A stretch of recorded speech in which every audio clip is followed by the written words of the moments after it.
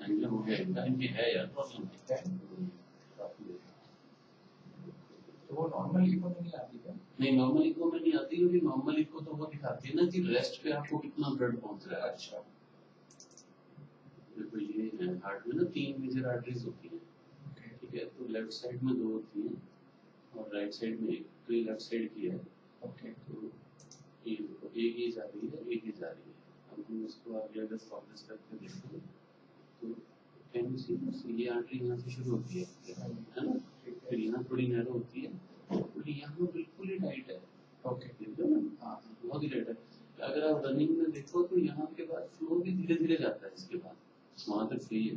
अच्छा, Then it gives rise to these two branches, एक ये और एक ये ब्रांच भी थोड़ी सी नैरोड है।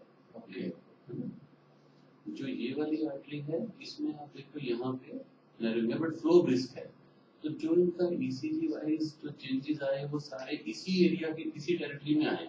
अच्छा, तो ये तो एक तरह से ब्लॉक ही हुई है, मतलब माइनर हार्ट अटैक जो हम कह रहे हैं कि उसमें आया है। अच्छा, ये वाली नैरोड तो है, I'll show you different pictures of this, but ये देखो, as you can see, this is narrowed but not blocked or something. ये देखो यहाँ से है ना, देखो इतनी ब्रॉड है, फिर यहाँ ब्रॉड है, यहाँ नैरोड है। ओके, थर्ड इनकी जो है वो बिल्कुल ठीक है, मैं अभी इन्हीं की पिक्चर दिखा रहा हूँ आपको। देखो ये वही वाली है जो मैं पहले दिखा रहा था, ये देखो, you can see this, the artery जा रही है, यहाँ नैरोड है, यहाँ तो बिल्कुल ही गायब हो जाती है, उसके बाद से थोड़ा फ्लो जाता है। ओके, और जो दूसरी मैं बता रहा था वो ये है, ये देखो यहाँ से ये नैरोड है, अच्छा, but it's not blocked, it's not positive. जो थर्ड है वो राइट कॉर्नर है, वो ये, सो दैट इज मोर और less fine, you can see. अच्छा, इसमें हल्का सा थोड़ा सा लगता है, बट आई थिंक ओके, सो उन दोनों आर्टरीज में एक तो बहुत ही इम्पोर्टेंट है जो ये वाली है, जिससे जो ईसीजी वाइज की प्रॉब्लम आ रही है और वो सारा जो है वो ये है। Okay, So this needs to be tackled urgently. ये वाली should be done, it also should be open, क्योंकि आगे फिर अपने को प्रॉब्लम करेगी, बट अभी इसने प्रॉब्लम नहीं किया है। ओके, ठीक है, ठीक तो है, ये सिचुएशन है। ठीक है। तो नेक्स्ट कोर्स नेक्स्ट क्वेश्चन, हमारी रिकमेंडेशन तो ये है कि भाई प्रोटीन स्टेंट है, ये वाला तो उससे खुल जाएगा। अच्छा, और ये मेडिसिन वाले से नहीं हुआ? ठीक है, तो एक्चुअली देखो जो 70% से कम ब्लॉकेजेस हैं उनमें से वो होता है स्टेंट नहीं डालते हैं। ठीक है, तो वो जो मैंने आपको राइट वाली दिखाई थी, इसीलिए उसको कहा था, not that it is totally normal, okay, but उसमें जो ब्लॉकेजेस हैं उसमें अभी कुछ करने की जरूरत नहीं है। देखो ये देखो, अब ये आर्टरी इतनी ब्रॉड है यहाँ पे और यहाँ देखो नैरो है, ओके, है ना, but it is not 70%, so we can leave it as such. ठीक है, और उसके कंपैरिजन में अभी देखो ये तो एक्चुअली इट इज अराउंड 99%, तो टोटली ही बीच में से गैप ही है इसमें, ओके, वो चैनल दिखता ही नहीं है, हम्म, है ना।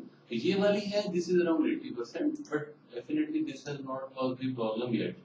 बट जब कर रहे हैं तो क्योंकि ये मेन आर्टरीज हैं तीनों, तो जब कर रहे हो तो इसको भी आई फील के टैकल कर लेना चाहिए। फिर कॉस्ट वाइज भी if you do the both together तो बहुत फर्क भी पड़ता है हमें। अच्छा, दोबारा करो तो सारी कॉस्ट दोबारा करो, ओके, ये भी फर्क होता है। ठीक है, तो taking everything into account, but this looks pretty tight also. ठीक है, ठीक है। तो दो को बनना चाहिए। उसमें करते क्या है? इसमें स्टेंटिंग करते हैं, इसमें हम वायर क्रॉस करके पहले बैलून से इसको इंफ्लेट करके स्टेंट अंदर पुट कर देते हैं। अच्छा। स्टेंट उसको फिर ओपन रखता है। अच्छा, तो वो कितने दिन का प्रोसेस होता है? नहीं, मतलब जैसे अगर आप चाहो तो जैसे जो कैथेटर गया हुआ है इसी के थ्रू हो सकता है वो। अच्छा, हाँ, it is just extension of this process. अच्छा। उसमें दोबारा ये फंक्शन तो उसमें ऐसे एडमिट वगैरह होने की जरूरत नहीं? नहीं, एडमिट तो जैसे अगर वो हम करते हैं तो you stay overnight in hospital, फिर आप कल शाम तक ही जा पाओगे। अगर वो करते हैं तो we keep forward just for observation and everything. अच्छा, और कॉस्ट वाइज कितना होता है? कॉस्ट वाइज अगर हम दोनों की बात करते हैं, दो स्टेंट के साथ तो कितना पड़ेगा? दो स्टेंट के साथ अराउंड इसका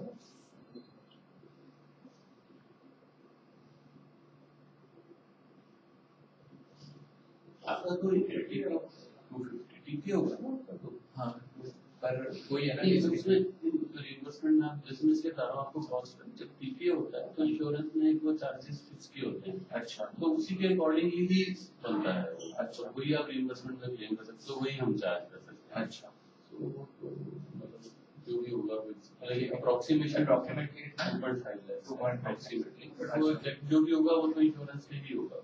अच्छा, बट फिर उसके लिए पर कहीं और कर लेना फिर 40 से हाँ, yes. ये मतलब उसमें कैशलेस हो जाएगा ना पहले। वो आपकी चॉइस है, मतलब एक तो ये है कि भाई हम यहीं पे हैं तो